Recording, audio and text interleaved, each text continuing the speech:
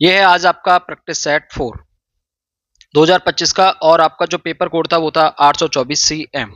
इससे पहले मैंने 3 सेट करा दिए हैं, उनके सभी के ऑब्जेक्टिव क्वेश्चन कराए हैं, और आज हम इसके भी ऑब्जेक्टिव क्वेश्चन करेंगे। अगर आपने वो नहीं देखे हैं तो आप सर्च कर लेना practice set by King Education classes. चलिए एक एक करके बात करते हैं। किसी भी लेंस की क्षमता की इकाई होती है, यानी यूनिट होती है। इकाई का मतलब होता है यूनिट, और यूनिट मतलब मात्रक। क्षमता होती है P is equal to 1/F, और F होनी चाहिए मीटर में, तो इसका मात्रक बनेगा 1/मीटर, और 1/मीटर को लिख सकते हैं हम प्रति मीटर। देख लो ऑप्शन कौन सा सही है, तो ऑप्शन आपका सही है ऑप्शन सी। एक अवतल दर्पण द्वारा बना प्रतिबिंब, अवतल दर्पण है उसके द्वारा आभास, सॉरी अवतल दर्पण नहीं, एक दर्पण है और उसके द्वारा बना प्रतिबिंब आभासी, सीधा और वस्तु से बड़ा। तो हमेशा सीधा और आभासी तो बनता है उत्तल दर्पण में, लेकिन बड़ा नहीं बनता है कभी भी। तो इसका मतलब ये ऑप्शन कैंसिल आउट। समतल में कभी भी बड़ा नहीं बनता, बराबर बनता है। अवतल दर्पण, देखो उत्तल नहीं है तो फिर दोनों तो इसमें आएंगे ही नहीं, क्योंकि उत्तल में हमेशा छोटा बनता है। तो इसका मतलब ऑप्शन बी। और ये कौन से वाला केस है, ये वो केस है जब आपकी जो वस्तु है वो सेंटर वो एफ और पी के बीच रखी हो, कहीं यहां, तो इस केस में बड़ा बनता है। Option B. कांच का अपवर्तनांक 1.5 है, वायु में प्रकाश की चाल 3 × 10⁸ मीटर पर सेकंड है। कांच में प्रकाश की चाल, ये इतना इंपॉर्टेंट क्वेश्चन है, यहां ऑब्जेक्टिव में पूछ लिया है, और ये सीधा सीधा 2 नंबर में ही पूछ लेता है इसको। आपके पास फॉर्मूला होता है, मैं यहां लिख देता हूं, N2/N1 is equal to V1/V2। N2 माध्यम, भाई एक को आपको N1 मानना पड़ेगा, एक को N2।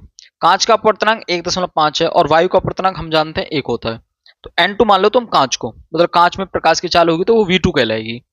तो कांच का अपवर्तनांक यानी N2 आपका दे रखा है 1.5, N1 आपको दे रखा है 1, V1 3 × 10⁸, क्योंकि V1 किसको माना है, मतलब 1 किसको माना है, वायु को, तो V2 आपको फाइंड करना है। निकालो 1.5/1 इज इक्वल टू 3 × 10⁸ V2 बराबर यहां से हो जाएगा, अगर यहीं करोगे तो V2 इज इक्वल टू, यहां करता हूं 3 × 10⁸ डिवाइड बाई 1.5, इस दशमलव काटेंगे जीरो चली जाएगी, 15 दूनी 30, यानी 2 × 10⁸।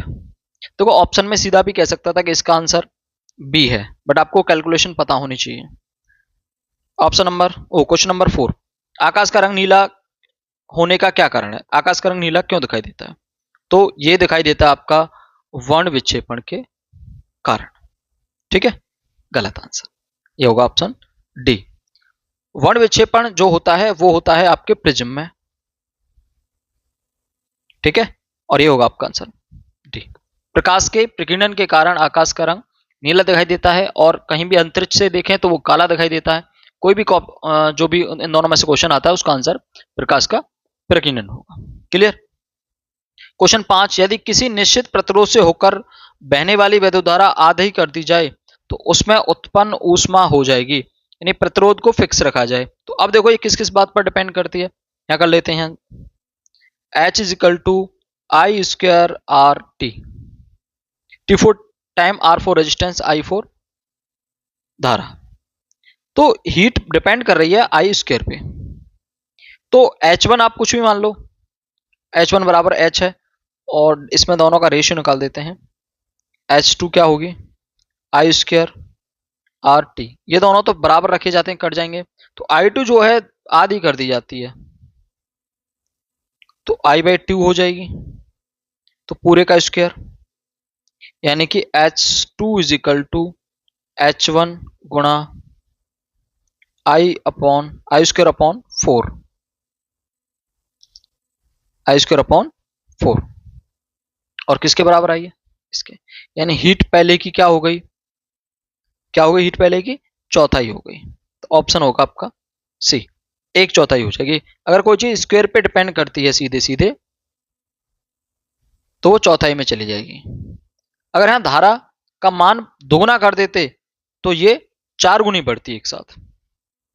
क्वेश्चन नंबर 6, किसी एक समान चुंबकीय क्षेत्र में एक धारावाही चालक पर लगने वाले चुंबकीय बल का प्रमाण करता है। किस किस पर डिपेंड करता है चुंबकीय बल का मान? इसका फॉर्मूला होता है F is equal to I B L sine theta. तो फोर्स जो डिपेंड करता है वो डिपेंड करता है आई पर, विद्युत धारा पर, बी चुंबकीय क्षेत्र पर, और एल चालक की लंबाई पर। तो विद्युत धारा पर, ठीक है, चालक की लंबाई पर, चुंबकीय क्षेत्र की तीव्रता पर, और विद्युत धारा की दिशा पर यहां तो ऑप्शन एक से ज्यादा है। किसी एक समान चुंबकीय क्षेत्र में एक धारावाही चालक पर लगने वाला बल, चुंबकीय बल का प्रमाण, तो इसमें तो ऑप्शन सारे ही सही हैं। इसका ऑप्शन क्या टिक करोगे? ये तो क्वेश्चन गड़बड़ हो गया। क्वेश्चन नंबर 7, लघु पथन के समय वैद्युत परपथ में वैद्युत धारा का मान क्या हो जाता है? बहुत अधिक हो जाता है। Option C. देखो इस क्वेश्चन में पता नहीं क्या मिस्टेक है उन्होंने ऊपर से दी है कि किसी एक समान चुंबकीय क्षेत्र में एक धारावाही चालक पर लगने वाले बल का परिमाण किस किस बात पर डिपेंड करता है। तो देखो F बराबर आई बी एल साइन थीटा होता है, तो आई पर भी डिपेंड करता है, बी पर भी और एल पर भी।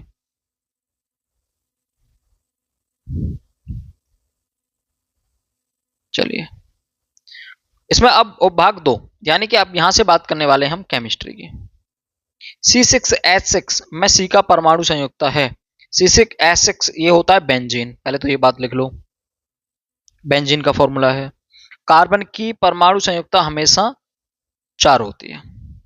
प्रबल बेस है, प्रबल बेस का मतलब शक्तिशाली बेस है, क्षार है, तो शक्तिशाली क्षार होता है आपका NaOH।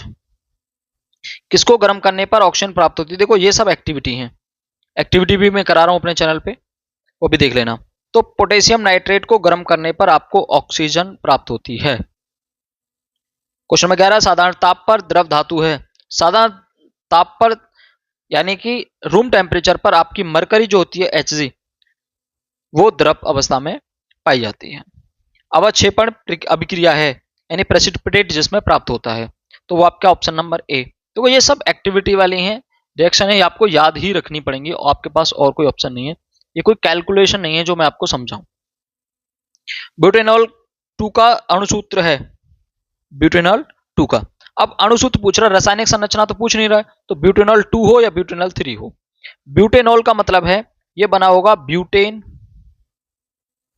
प्लस ऑल से, अच्छा हाँ ब्यूटेन ऑल से, तो इसका मतलब ब्यूटेन जब बनेगा तो ये बनेगा C4 पे, तो ये में C4 है, ये भी C4 है, ये भी C4 है, बट इसमें O नहीं है तो ये नहीं चलेगा, इसमें O नहीं है तो ये नहीं चलेगा, ओल के लिए चाहिए OH, तो C4, अब OH भी चाहिए, तो OH चाहिए, तो एक तो ऑक्सीजन खा गया, OH पूरा जो जुड़ता है एक से जुड़ता है, तो ब्यूटेन, तो 4 दूनी 8 प्लस 2 10 आना चाहिए हाइड्रोजन, बट एक आपका OH खा गया है, तो ये हो गया आपका ब्यूटेनॉल। तो देख लो कौन सा बन रहा है, ऑप्शन ए।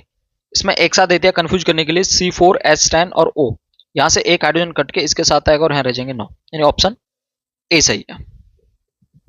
ठीक है, और भाग 3 ये क्या बोल रहा है, बायोलॉजी है आपके, यहां से स्टार्ट है। प्रकाश संश्लेषण के लिए क्या आवश्यक है? तो प्रकाश संश्लेषण के लिए CO2 चाहिए, H2O चाहिए और सनलाइट चाहिए। देख लो, ऑक्सीजन, कार्बन डाइऑक्साइड, क्लोरोप्लास्ट एवं अंधकार, गलत। कार्बन डाइऑक्साइड, जल, माइटोकॉन्ड्रिया एवं सूर्य का प्रकाश, इसको भी देखेंगे, भी रुको। कार्बन डाइऑक्साइड, जल, क्लोरोप्लास्ट एवं सूर्य का प्रकाश, option number C, option number C. Carbon dioxide, CO2, water चाहिए, और क्लोरोप्लास्ट मतलब उसमें क्लोरोफिल होगा, और सूर्य का प्रकाश, ऑप्शन सी सही है। पेपर में 1 नंबर में भी 2 नंबर पूछ लेता है कि कच्ची सामग्री किस किस की आवश्यकता है प्रकाश संश्लेषण के लिए। थायरॉक्सिन हार्मोन बनाने में किसकी आवश्यकता पड़ती है? तो हमें पता है कि थायरॉक्सिन थायराइड ग्लैंड से निकलता है, और वो जो गर्दन में पाई जाती है, हम वैसे भी जानते हैं कि जो गहंगा रोग होता है उसको पूरा करने के लिए, थायरॉक्सिन को प्रॉपर बनाने के लिए हमें आयोडीन की आवश्यकता होती है, तभी हमें आयोडीन युक्त नमक खाने की सलाह दी जाती है। मेंडल ने लंबे और बौने मटर के पौधे के मध्य क्रॉस कराया तो प्राप्त प्रथम पीढ़ी में लंबे बौने पौधे का प्रतिशत क्या था।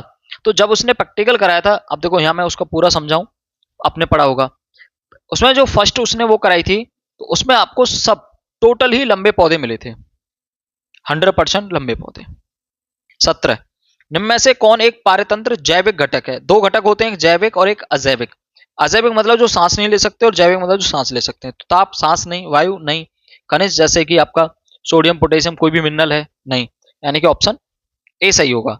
गार्ड सेल यानी द्वार कोशिकाएं कहाँ पाई जाती हैं, ये पाई जाती हैं आपके स्टोमेटा, देखो इंग्लिश का वर्ड है, और रंध्र हिंदी का वर्ड है, तो रंध्र भी आ सकता है, स्टोमेटा भी। क्वेश्चन नंबर 19, वायुमंडल के ऊपरी सतह में उपस्थित ओजोन गैस सूर्य से आने वाली किस विकिरण से पृथ्वी की रक्षा करती हैं। पराबैंगनी रेजों से रक्षा करती हैं। क्वेश्चन नंबर 20, निम्न में कौन सुमेलित है, मतलब कौन सही है। मुकुलन स्पाइरोगायरा में होता है, बिल्कुल गलत। मुकुलन हाइड्रा में होता है। खंडन ब्रायोफिल्म में होता है, नहीं। इसमें कायिक प्रवर्धन होता है। ब्रायोफिल्म होता है एक पत्ता होता है जिससे उसकी नया पौधा बनाया जा सकता है, और ब्रायोफिल्म वो पत्ता है जो पथरी में काम करता है, तो ये भी नहीं। इसमें कायिक प्रवर्धन होता है। तो यहाँ विखंडन, जिसमें अमीबा में होता है द्विविखंडन, तो यहाँ विखंडन सही है, मतलब ऑप्शन ए सही है। तुम बस क्वेश्चनों को देखते रहो लगातार, आपको ये सब क्वेश्चन रट जाएंगे। पेपर जब करने चाहोगे तो ऑप्शन देखकर ही टिक कर दोगे, ये मेरी गारंटी है। लगभग मैंने बोला 30 से 35 सेट हैं, बस तुम बार बार करते रहो, देखते रहो। अगर आपको प्रैक्टिस सेट ढूंढना है कोई भी, तो आप डालो previous year by king Education classes.